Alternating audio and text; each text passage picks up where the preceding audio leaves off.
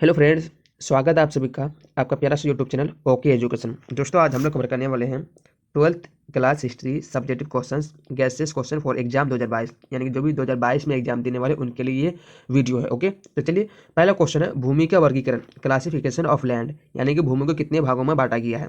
कह रहा आईन ए अकबरी से पता चलता है कि भूमि को 4 वर्गों में वर्गीकृत किया गया है।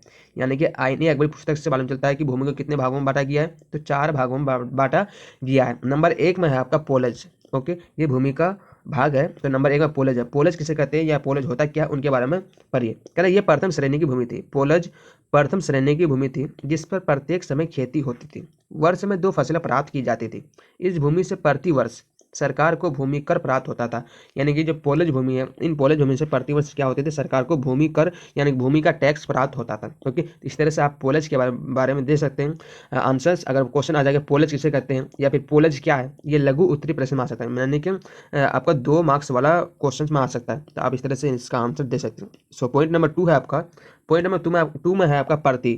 तो प्रति किसे कहते हैं, प्रति भूमि क्या है, इनके बारे में पढ़िए। कह रहा है कि वह भूमि थी, प्रति भूमि वह भूमि थी जिस पर लगातार 2 से 3 वर्ष खेती करने के पश्चात पुनः उर्वरा शक्ति प्राप्त करने हेतु 1 वर्ष के लिए प्रति यानी बिना खेती की छोड़ दी जाती थी। यानी कि जिसको क्या है 2 से 3 वर्ष खेती करने के बाद यानी जो उर्वरा शक्ति थी वो उर्वरा शक्ति समाप्त हो जाती थी या फिर खत्म हो जाती थी। ओके, तो उनको भी दोबारा वापस लाने के लिए 1 साल के लिए प्रति छोड़ दी जाती थी। उन्हीं को बोलते हैं हम लोग प्रति भूमि। अगला पॉइंट नंबर 3 है कि छछर भूमि। कौन सा भूमि, थोड़ा सा यहाँ मिस्टेक हो गया, छछर भूमि ये होता है। ठीक है, तो छछर भूमि किसे कहते हैं, यह वह भूमि होती थी जो कृषि योग्य होने या उर्वरा शक्ति प्राप्त करने हेतु 3 या 4 वर्ष प्रति छोड़ दी जाती थी। यानी जो क्या है कृषि के लायक होने के लिए या फिर जो उर्वरा शक्ति खत्म हो जाता था उनको दोबारा वापस लाने के लिए या फिर प्राप्त करने के लिए 3 से 4 वर्ष प्रति छोड़ दी जाती थी, उसे ही हम लोग कहते हैं छछर भूमि। ओके, चलिए अगला सवाल है। अगला पॉइंट नंबर 4 है। पॉइंट नंबर 4 में कह रहा है आपका कि बंजर भूमि। तो बंजर भूमि किसे कहते हैं, देख लीजिए। ये सबसे निम्न कोटि की भूमि थी। बंजर भूमि सबसे नीचे कोटि की भूमि थी जो 5 वर्षों के लिए क्या खाली छोड़ दी जाती है। यानी जिसे क्या करती है, बंजर भूमि को 5 वर्षों के लिए क्या कर दी जाती है, खाली छोड़ दी जाती है। ओके, तो इस तरह से आपका 4 पॉइंट था, यानी भूमि को 4 वर्गों में बांटा गया था। अब सवाल नंबर 2 है आपका, क्या कह रहा है कि कर निर्धारण की प्रणाली सिस्टम ऑफ टैक्स फिक्सेन को समझाएं, यानी कर निर्धारण की प्रणाली को समझाएं। कह रहा है कि आईन ए अकबरी में कर निर्धारण की 3 प्रणालियों का उल्लेख मिलता है। आईन ए अकबरी जो पुस्तक है उनमें कर निर्धारण की कितनी प्रणालियां का उल्लेख मिलता है, 3। नंबर 1 गल्ला बख्शी।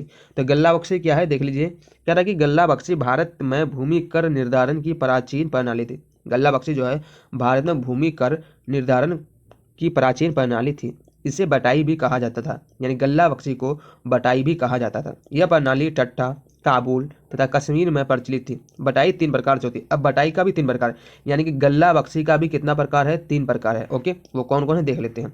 तो गल्ला बख्शी के 3 प्रकार है। नंबर 1 में आपका खेत बटाई।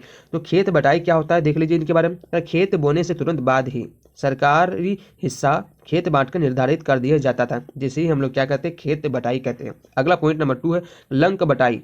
तो लंक बटाई क्या है, खेत काटने के बाद यानी फसल काटने के बाद किसान फसल को खलिहान में लाता था। जो फसल होता था वो फसल को काटने के बाद किसान क्या करते थे, फसल को खलिहान में लाता था। यहाँ अनाज में से भूसा अलग निकाले बिना किसान व राज्य का बंटवारा कर दिया जाता था, उसे ही लंक बटाई कहा जाता है। ओके, अगला पॉइंट नंबर 3 है रास बटाई। तो रास बटाई क्या है, रास बटाई वो है कि अनाज से भूसा अलग निकालने के पश्चात अनाज से भूसा को निकालने के बाद राज्य का हिस्सा निकाला जाता है, उसे कहते हैं रास बटाई। तो ये था आपका गल्ला बख्शी के 3 टाइप। गल्ला बख्शी के 3 प्रकार थे। ओके, मैं तीनों का नाम गिना दिया और क्या होता है किसे कहते हैं वो आपको समझ में आ गया। अब है आपका पॉइंट नंबर 2। पॉइंट नंबर 2 किसका है, तो कर निर्धारण का ये पॉइंट नंबर 2 है। पॉइंट नंबर 1 में था आपका क्या था, पॉइंट नंबर 1 में आपका था गल्ला बख्शी। ओके, पहला आपका था गल्ला बख्शी। अब पॉइंट नंबर 2 है आपका जब्ती। क्या, जब्ती। अब जब्ती क्या है सुनिए। जब्ती से आज से किसान व सरकार के बीच उस समझौते से था जिसके अनुसार 3 वर्ष या उससे अधिक समय तक प्रति बीघा प्रति वर्ष के हिसाब से लगान निश्चित किया जाता था। चाहे खेत में कितनी ही पैदावार हो अथवा न हो, इसकी दर जमीन की उपज शक्ति और उसकी स्थिति पर निर्भर थी। जब्ती को नकद अथवा जमी भी कहा जाता है। यानी कि जो जब्ती था, जब्ती को नकद अथवा जमी भी कहते थे। यह प्रणाली कृषकों को पसंद थी। जब्ती प्रणाली मुख्यतः बिहार, इलाहाबाद, मुल्तान, अवध, आगरा, मालवा, दिल्ली, लाहौर, अजमेर एवं गुजरात के कुछ भागों में प्रचलित थी। ये जब्ती प्रणाली इन कुछ स्टेटों में प्रचलित थी बहुत ज़्यादा। ओके, अब पॉइंट नंबर 3 है आपका नस्क। तो नस्क क्या होता है सुनिए। नस्क अथवा कनकूत, यानी कि नस्क को कनकूत भी बोल सकते हैं। तो नस्क अथवा कनकूत प्रणाली के तहत जमीन की मोटे तौर पर पैदावार आंकी जाती थी। यह प्रणाली कृषक के लिए अलाभकारी एवं झंझटपूर्ण थी। यानी कि जो जमीन थे, जमीन की मोटे तौर पर क्या पैदावार की आंकी जाती थी, पैदावार की एक तरह से मोटे तौर पर उसका दाम लगाया जाता था। और यह प्रणाली कृषकों के लिए अलाभकारी था। और इससे क्या होता था, कृषकों को बहुत ज़्यादा हानि होता था, लाभ नहीं होता था। ठीक है, एवं बहुत ज़्यादा झंझट भी था। यह प्रणाली बंगाल, और ये जो प्रणाली थे नस्क, ये बंगाल, उड़ीसा, बरार एवं कश्मीर में प्रचलित थे। अभी इन सारे क्षेत्रों में बहुत ज़्यादा प्रचलित थी। यह रैयतवारी प्रणाली थी। और ये क्या थे, रैयतवारी प्रणाली थी। कह इसमें किसान एवं सरकार के बीच कोई मध्यस्थ नहीं था। और इसमें क्या था, किसान और सरकार के बीच कोई भी मध्यस्थ नहीं था। इस तरह से मैंने कर निर्धारण के बारे में जो 3 पॉइंट था उनके बारे में मैंने अच्छे से पढ़ा। और फिर मैंने भूमि का वर्गीकरण के बारे में अच्छे से पढ़ा। अगर आपको वीडियो थोड़ा सा भी अच्छा लगा है, इस वीडियो को अपने दोस्तों में अधिक से अधिक शेयर कीजिए और मुझे कमेंट सेक्शन में बताइए कि आपको वीडियो कैसा लगा।